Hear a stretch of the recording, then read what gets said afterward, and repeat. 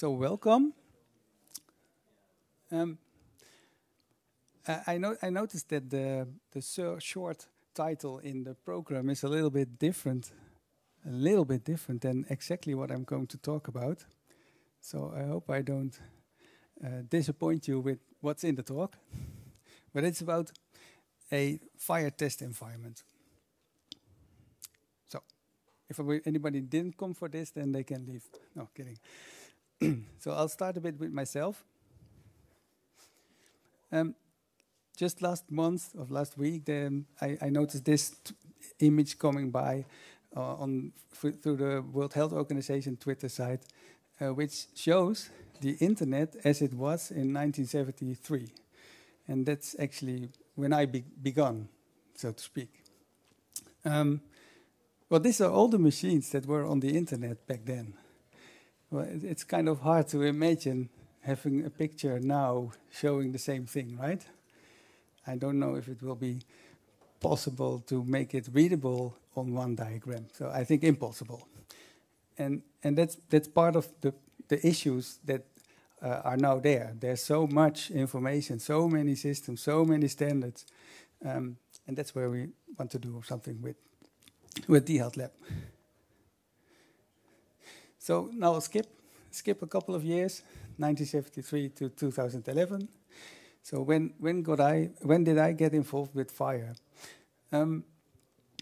Actually, it began a little bit earlier because I was in the RIMBA work group. I don't know if anybody is familiar with that work group. That's oh great! Oh yeah, great. There's some people here. That was about figuring out how to use HL7 version 3 for developers. So we tried to make libraries, things like that, so that it would be easier for developers to work with HL7 version 3. And by doing that, we also discovered a lot of, issues with v3. So we started to have all those discussions about what should we change to v3, or should we start something new? And that's actually, it was not just us talking about that, there were more people talking about that. So they started what they called the Fresh Look Task Force. And there were actually two separate groups. One was the group that was talking about resources for healthcare, that was more focused on the developers. And that finally became FHIR. This with my son. And the other part was the clinical information modeling part, because HL7 version 3 tried to have both in them. And the left one is the group that's called Clinical Information Modeling Initiative.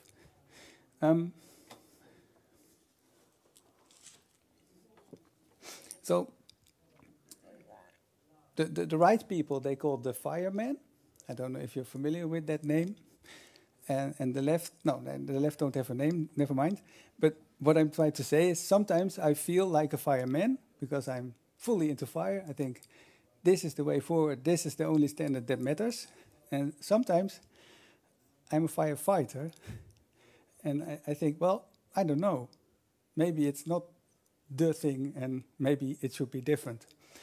But maybe it should be more of a clinical informatician thing and less of a technical thing.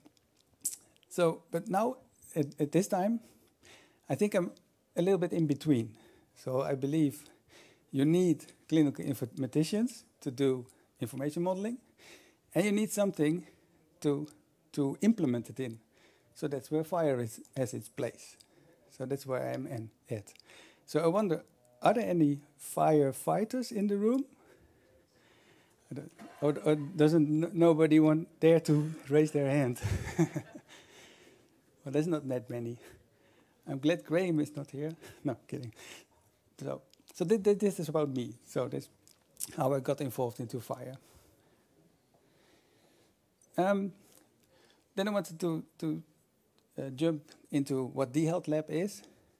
eHealth Lab is a big project or a program in the north of the Netherlands. And it's a cooperation of the university hospital, 2 schools, the university, a couple of small businesses that want to help. And it's subsidized by different groups. So the province of Groningen. So that's about it. So I will now go into what the eHealth Lab exactly is. No, not exactly. There's a lot to tell about that. I don't want to dive into all the details, but at least I want to mention 3 parts of it. Uh-oh. That is scary. I don't know, somehow my system got jinxed, so I have to use a different machine for it. 1 second. Wat heb ik verkeerd gedaan?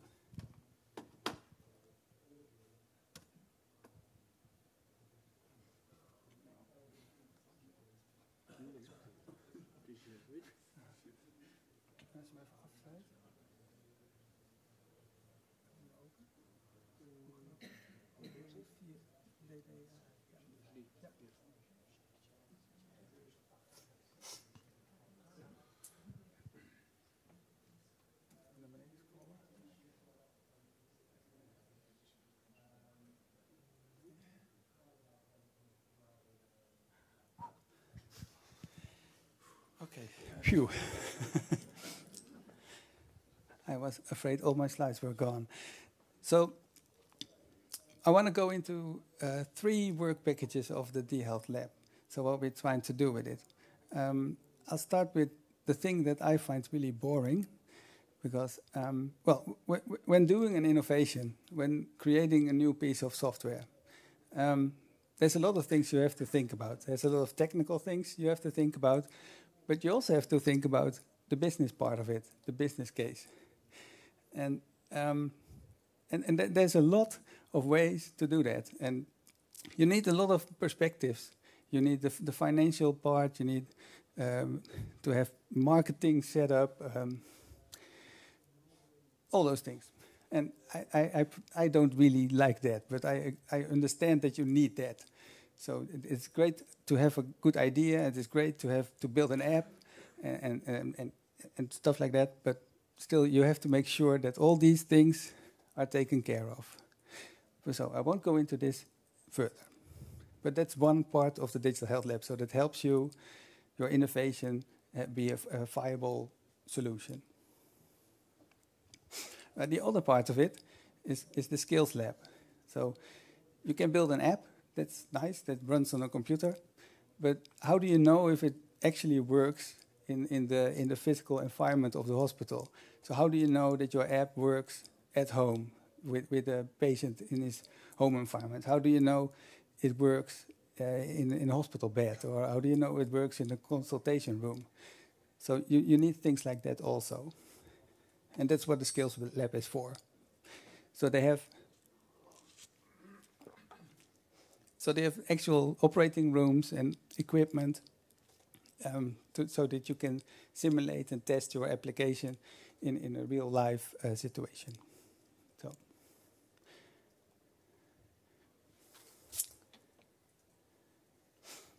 And the part what I like most is this part. It's called the virtual hospital environment.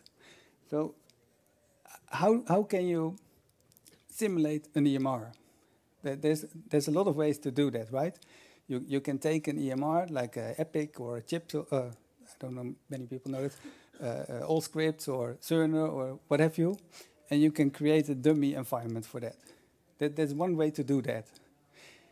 But yeah, it will be a specific hospital environment.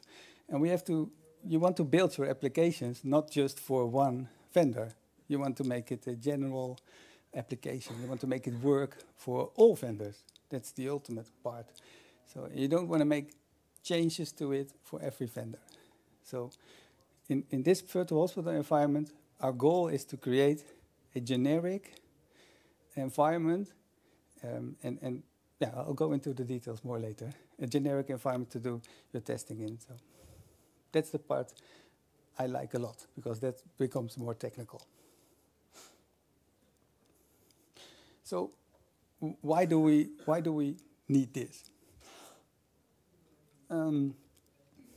There's lots and lots of innovations. There's lots of great ideas. So there's nurses in the hospital that have that think of a form, and they think, well, this form helps us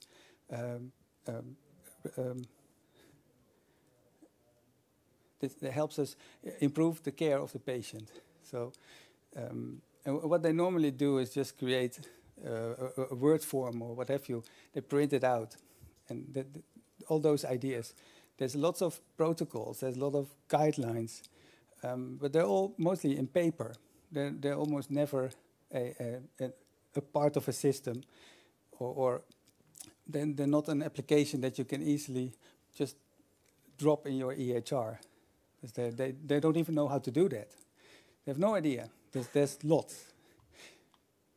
So just a couple of examples about that. So we have the WhereCare website, WhereCare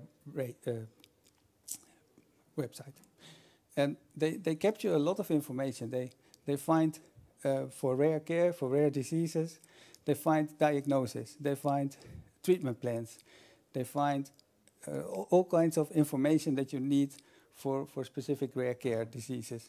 But they also go into more technical things like what coding do you use for all those rare care diseases.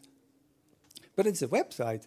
So when you want to use it, you have to open a browser, you have to enter the diagnosis, and then you have to enter it. You have to type it all in. So it's not connected to the EHR. So what you really would like is to have this information feed into the EHR as decision support.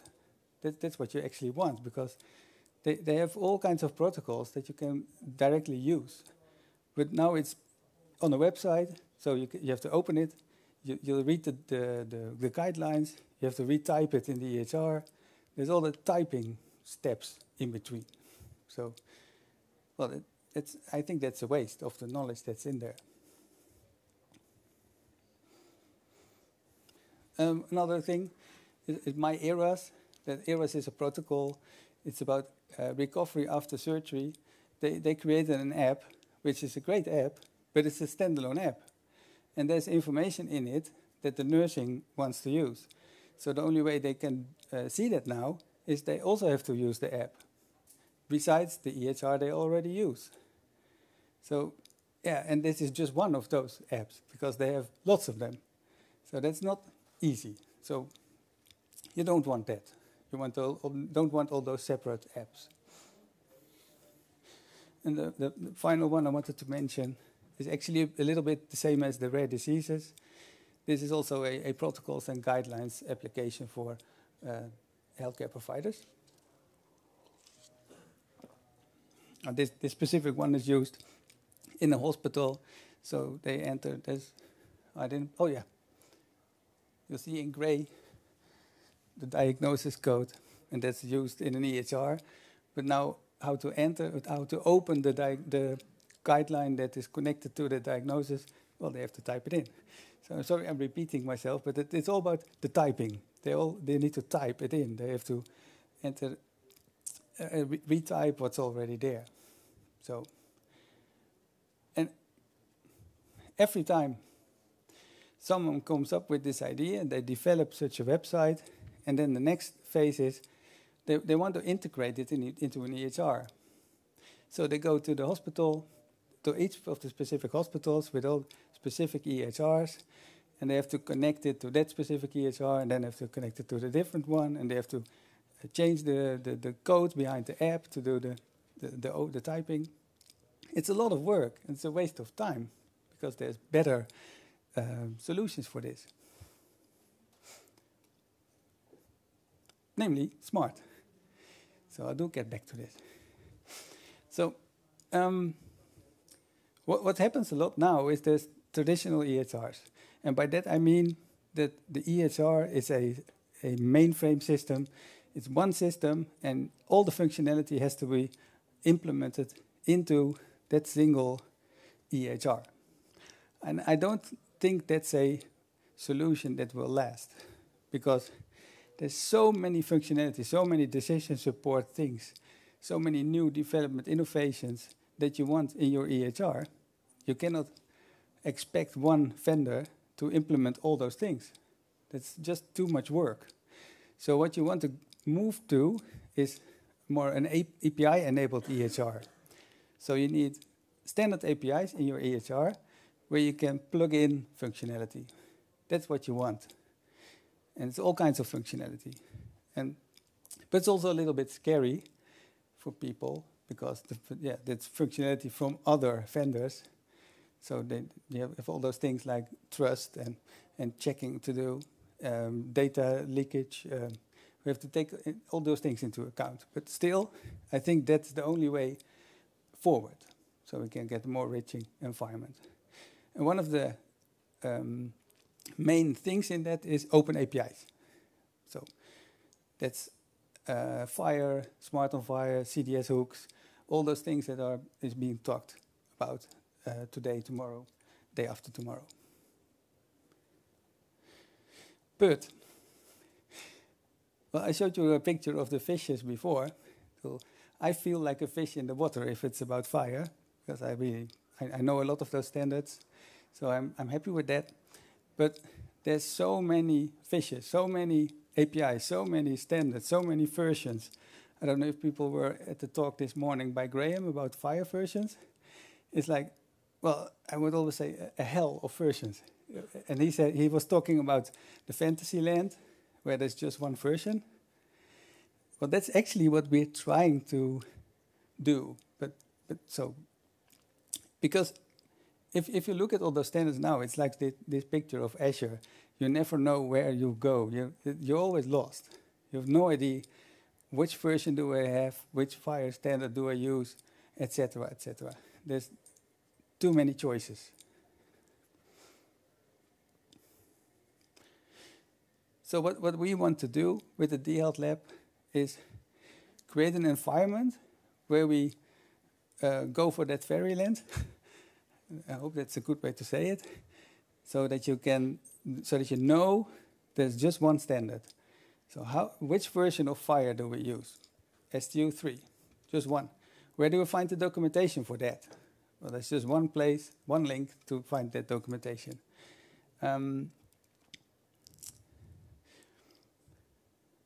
Yeah, so that's the part of the documentation. We also need to add links to tutorials, all those things about how to implement that one single version.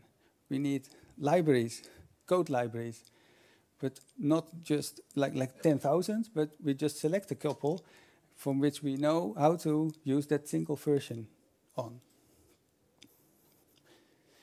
So that's the documentation part. But there's other things. There's functionality that you need to test your application.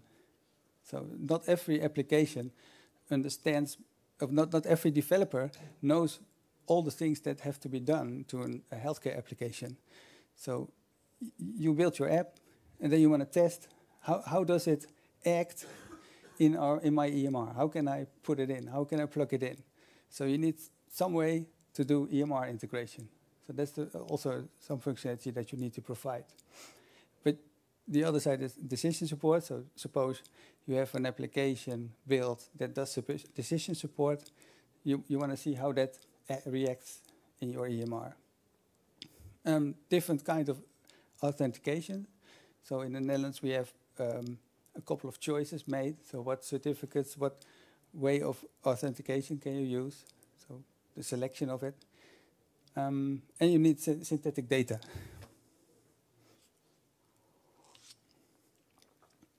Because suppose you build an app that needs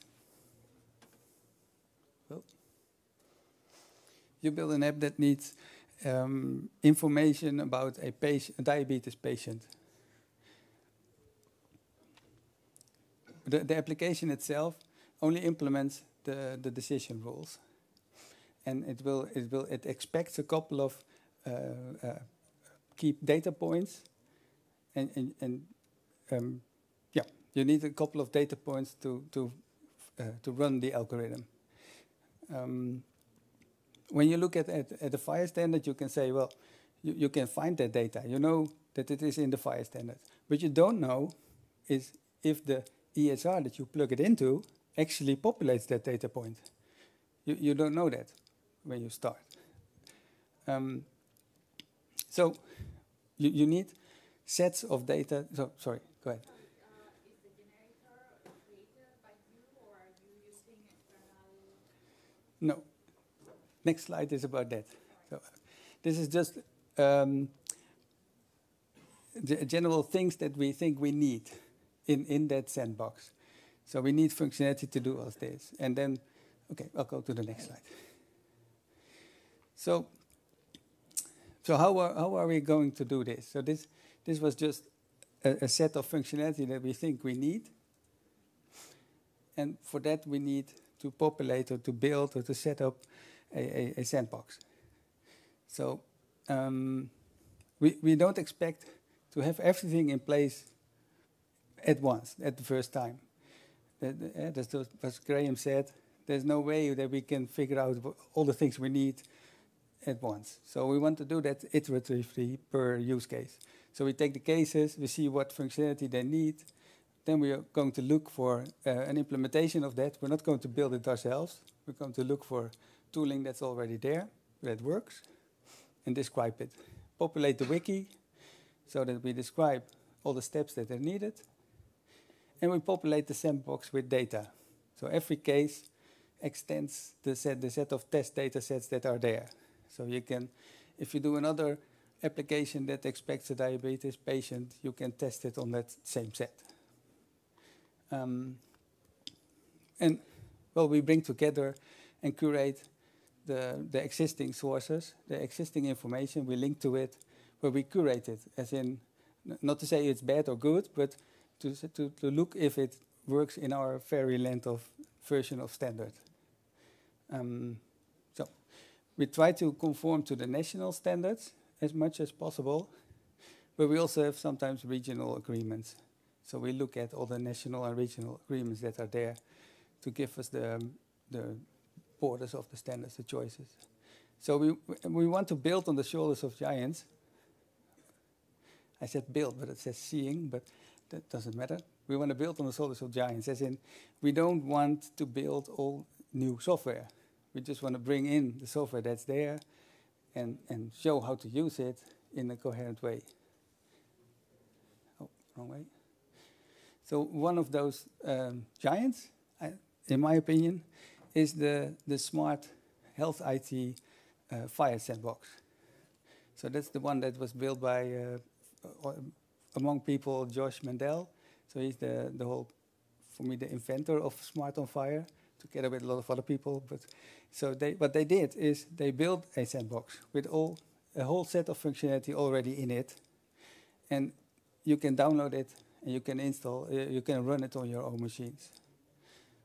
And you can easily adjust it, because what you notice the standard sandbox implements STO2 and STO3.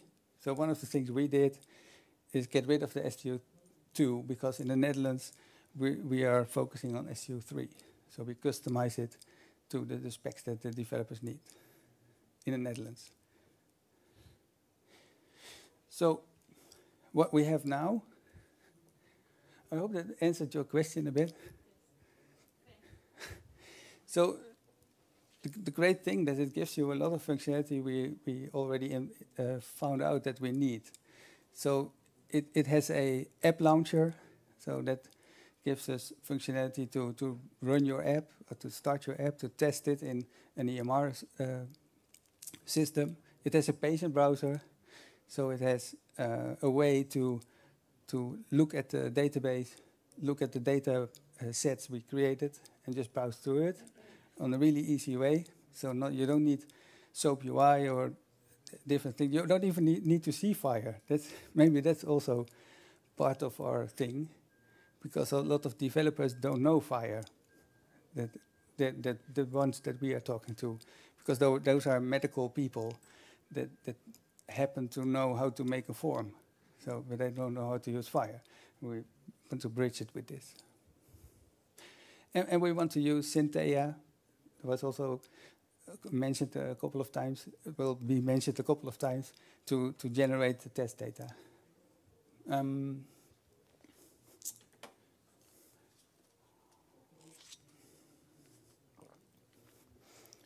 So Oh yeah, on the right, it's a small thing. We have a wiki. So we created a wiki environment where people can add documentation and add tutorials and links and all those things. So far, well, I personally wanted to be a lot further than where we are now at, but I'm really happy with what we have now, because we have the basis set. So we have the sandbox. We didn't build it ourselves.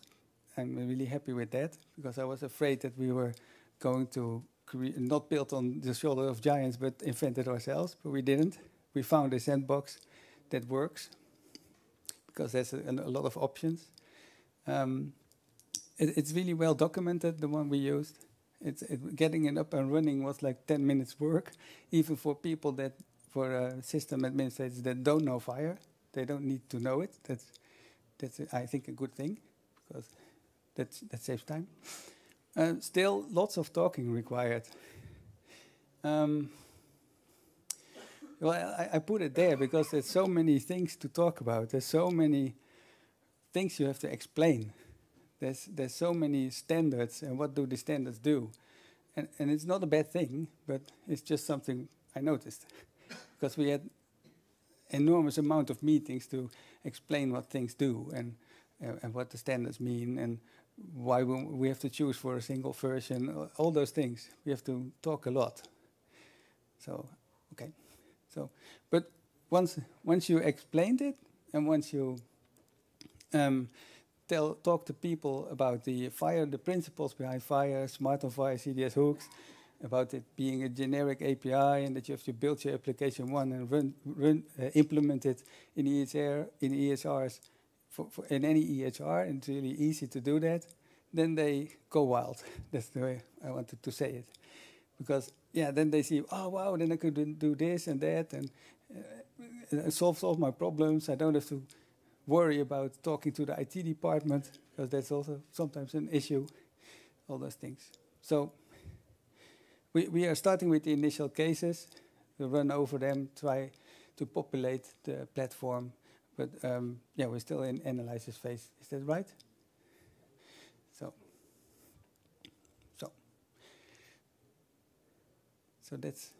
that's my story so far. Now it's for the questions. So just say. One question. When you talk about documentation, do you link to the Dutch zips? Does the information belong? Among things. So the question is, where do I link to for the documentation? So we're looking at what's now current, what's the agreements in the Netherlands, and what's now in production, because every standard is always in development. And there's one version of the clinical models that is now in production, and everybody is implementing it. And so we link to that standard. And we don't link to in-between standards or new standards yet, because they didn't decide on that yet. So we won't link to that, just to the current version of the standards. So I was wondering if anybody knows similar sandboxes, because there's a lot of sandboxes for vendors, but are there any sandboxes that really constrain what the sandbox can do, so that it works on the agreements that are there in a country or in a region? Because I haven't seen any one of these before. Okay. And do you recognize the struggles to find the right specs and the corresponding tools? Do you recognize? Do you see that? Do people struggle with that actually, or don't they mind? I'm with the wrong people. Oh, I completely recognize that. Yes. Great.